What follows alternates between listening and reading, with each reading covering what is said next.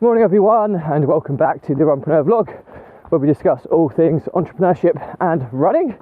It is a fresh morning. It's quite chilly, it's about 1 degree, and it's this fine misty rain which makes it feel even colder because it gets you into your clothing, and then a moist clothing and cold weather makes you feel super cold. So, but it's okay, it's not too breezy, so it could be worse. It is Thursday Tales today, and today's topic is the secret 3-step model to success. So, as always, if you like this episode, please give it a like and a subscribe, and let's get started.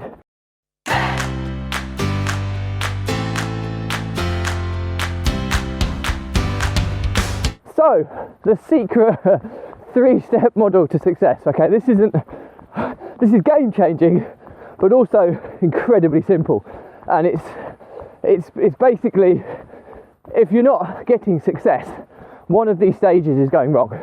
Okay, it's a really, really simple framework and anybody can apply it. And the reason I'm talking to you about it today is when I look back at all the things that were successful or unsuccessful in kind of my business career, entrepreneurial journey, I look back and think, you know, and I try and identify where it went wrong. And it always comes down to one of these 3 sections. Okay, so the model is really simple, okay? If you're going to start a business or pursue a new opportunity, step number 1 is learn it. Okay, now I'll go into these in a bit more detail in a second. Step number 2 is action it or implement it. And step number 3 is persevere with it. Okay, so it's really, really simple. There's a few nuances within it, which I'll go through so you can kind of understand. Well, first and foremost, step number 1, learn it. You'd be absolutely foolish to try and start something new if you don't know what you're doing. So clearly learning is really, really important. And if I relate this back to my property business, okay, the bits that went really well were all, the model was really simple. I would invest in learning how to do it. So I've spent probably 50 odd grand on property education over the past 12, 13 years, which sounds like a huge amount when you break it down by each year. It's not actually a huge amount, and it's probably a relatively acceptable amount that most people would spend on their education on an annual basis. So when I learn what strategy I'm looking to implement, I then implement. And this is the big one that most people fail at, is the amount of times I've been on education programs and you see the same people, and these guys seem to think just by going on these courses and programs, etc., that instantly they're going to get results.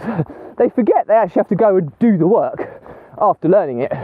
And I used to call them course junkies. They'd go and you touch base with them when you see them on the next training event, and you always cross paths with people, especially if you're in a similar industry, and they'd be no further along, and then you'd almost be embarrassed, not because you'd made huge amounts of progress, but you'd be embarrassed because, you know, you have made progress and they haven't, and it would feel like you're almost rubbing salt into the wound. But you can't think about things like that. But ultimately, there are too many people out there that just learn, don't implement. Implement is obviously step number 2.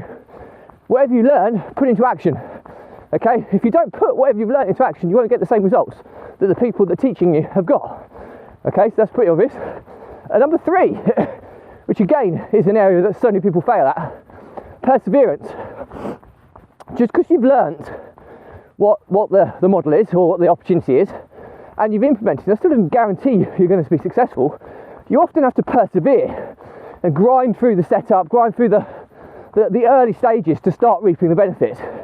And too many people quit right at the peripheral of achieving great things, but because it's been too hard to get to that stage, they quit. So you have to have that perseverance and resilience, and during the perseverance and resilience phase, you'll be tweaking and iterating based on feedback that you're obtaining from the implementation stage or the action taking stage. And the other things people don't understand is that this process never ends. The best you get is you get to perseverance. So you'll go through stages where things will be working really well, but you'll be constantly obtaining feedback and data and tweaking and iterate what you do to improve upon your offering. Otherwise, you can persevere at something that works now, but the market shifts. If you don't continue persevering with it and you just kind of leave it to kind of perform and expect it to perform admirably and profitably forever and more, it doesn't always happen. The market can shift, and if you haven't got your fingers on the pulse, you can lose your kind of market edge. So hopefully this is a useful topic, but it's really simple. Learn, implement, persevere. Okay, and the best you can be is in persevere, and you stay in persevere, because if you want your business to last at the time, you have to keep your fingers on the pulse. That doesn't mean you have to spend every living second and hour in the perseverance stage grafting. You don't. Once you've got the systems and processes set up, they will run the business. However, you need to be checking in on the data and the feedback to ensure that the performance is still where it needs to be. So it's as simple as that. So when I look back on things that didn't work, I mean, I talked a few weeks ago about sunscreen mist, which is this crazy opportunity that was presented to us to start opening a distribution business for Europe of this, I think it was an American company, of spray suntan machines. So, not suntan, sorry, suntan lotion machines. So, sunscreen, ultimately protecting yourself from, ultraviolet rays, all that sort of stuff. But machines that you'd walk into, it would spray you top to bottom, so you'd be completely protected, rather than having to faff around rubbing it into your bodies and all that side of things, and worrying about taking, lots of suntan lotion and stuff with you. And we were close to going ahead with this, and we hadn't done any learning. Okay, so we had very little knowledge on this industry. So without the learning, if we'd have done the learning and we knew the model and we knew it intensely, maybe we would have proceeded with that and made it a massive success. But straight away we missed the learning. There's been other things that I've done in the past that I haven't implemented for one reason or another. Okay, well, or I've implemented it to a minimal standard, and just found that I didn't like it. So a prime example is some of the I was into kind of spread betting, options trading, lots of different stock market trading strategies. Some I did implement, like spread betting and options trading, but there are other stuff like the long-term kind of hold stuff where you have to do a lot of due diligence stuff. I just didn't enjoy it, so I didn't implement it. That's not to say it's not a great strategy, and I did learn it, but it's only through implementation and perseverance that I would have got better at it. But I learned it and realised that I didn't enjoy it, so I decided not to implement it. So as a result, didn't get the success that kind of comes with it. And then you look at things like service accommodations, another one. I've learned it, I've implemented it. At my peak I had 34 service accommodation units, but I didn't persevere long enough. I persevered, it was profitable, it was good, but realised during the perseverance phase that it was a completely different business model. It was something that was kind of distracting me and my team from other more kind of related opportunities we had to our kind of master plan. So we decided to stop the perseverance and then gradually wound it down. But again, had we stayed in the perseverance stage, I know people that have been absolutely killing it in service accommodation, even in COVID times.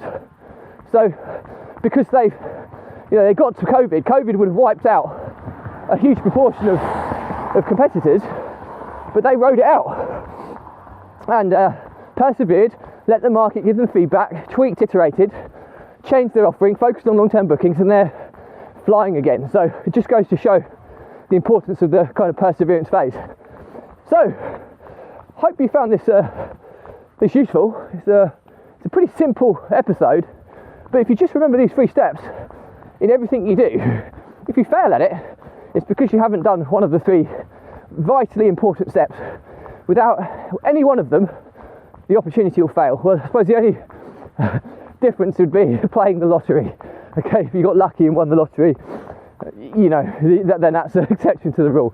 But generally speaking, if you fail at anything, it will be because of mismanagement of one of those key essential steps. So, as always, if you like this episode, please give it a like and a subscribe. If you've got any questions on this stuff, drop me a comment. I'll respond to every one. If it's a bigger topic, I'll do a separate vlog episode and tag you in. Do check out the links in my bios where I'm starting to give more free stuff away, And also you can link into the YouTube channel, the soon to be released podcast, and soon to be published blog. So you can listen, watch or read my content, which is something that I'm super keen to be doing. If it's relevant for you, no drama, just unfollow me. It'll stop cluttering up your social feeds. But like I say, do check out the other platforms, as you'll be able to digest hopefully relevant information in the format that suits you best. So all that's left to say is that the Runpreneur vlog was set up to help entrepreneurs and business owners overcome the emotions of stress, overwhelm and anxiety by using exercise, or in my case running, as a release valve to kind of process, relieve these kind of daily, weekly pressures in the form of stress. You process them, analyze them, gain clarity and focus and move on, okay? Without that process, okay, pressure builds up like pressure does in a pipe. And pressure in a pipe in the form of stress will evolve and it turns to overwhelm. As soon as we get to overwhelm stage, we start procrastinating and freezing and not taking action. And then before you know it, you start having panic attacks, anxiety, and you're into the realms of mental health challenges, which clearly we want to avoid. And if you don't deal with this stuff, what happens when too much pressure builds in the pipe? The pipe bursts. And in that instance, the entrepreneur or the business owner has a breakdown. And either or is often terminal to the likelihood of your business lasting the test of time. Now, I have been there, and I've lost so many businesses because of my inability to handle the pressure. I've lost multiple business partners, and I've almost been bankrupt. And it's a super dark place, and I wouldn't wish it upon my worst enemy. And really, since the last 9 months since doing this running vlog, which is my release valve, it's no coincidence that I've made more progress in these 9 months than I have in the past 4 years. So hopefully there's some pretty substantial social proof there that this stuff really works. And my pledge to you is that if you are somebody who's struggling with this stuff, just drop me a message, okay? There's no catch here. I'm not going to sell you anything. There's no catch at all. I'll jump on a call with you and I'll talk you through some of the things that I've done that have made a massive difference to my life, that I'm pretty sure will be very transferable into your daily, weekly routines that can make a huge difference and get you back on the right path. Now, many have taken me up on this, and I know we've made massive positive differences in so many entrepreneurs' lives already, and that's what the journey continues to be, because I've always said that if this vlog just helps one entrepreneur or saves one business, it's been 1,000,000% worthwhile, and I stand by that. So reach out, don't struggle with entrepreneurial pride. It's always scary to ask for help, but understand that help is often more available than you consider, and you just have to be prepared to ask for it. And it often comes without catch, free of charge, but we have this kind of perception that we're going to be charged thousands and thousands for it, and that's not always the case. So don't be stubborn, reach out. It's often easier coming from strangers than it is from nearest and dearest. So take me up on the offer if you are in that category. So that's all that's left to say is that if you like this episode, please give it a like, a comment and a subscribe. If you want to see similar content, check out the playlist link where you can watch content that's related to multiple different topics I talk about. And as always, I'll leave you with stay positive, stay happy, and I'll see you tomorrow.